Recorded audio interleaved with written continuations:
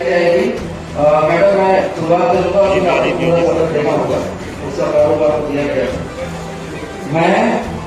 मैं श्रीकला जो अध्यक्ष जिला पंचायत जौनपुर निर्वाचित हुई हूँ, ईश्वर की शपथ लेती हूँ, सत्य निष्ठा से प्रतिज्ञा करती हूँ कि मैं विधि द्वारा स्थापित भारत के संविधान के प्रति सच्ची श्रद्धा और निष्ठा रखूंगी। मैं भारत की प्रभुता और अखंडता अक्षुण्ण रखूंगी तथा अध्यक्ष के रूप में कर्तव्यों का श्रद्धापूर्वक निर्वाह करूंगी। जय हिंद।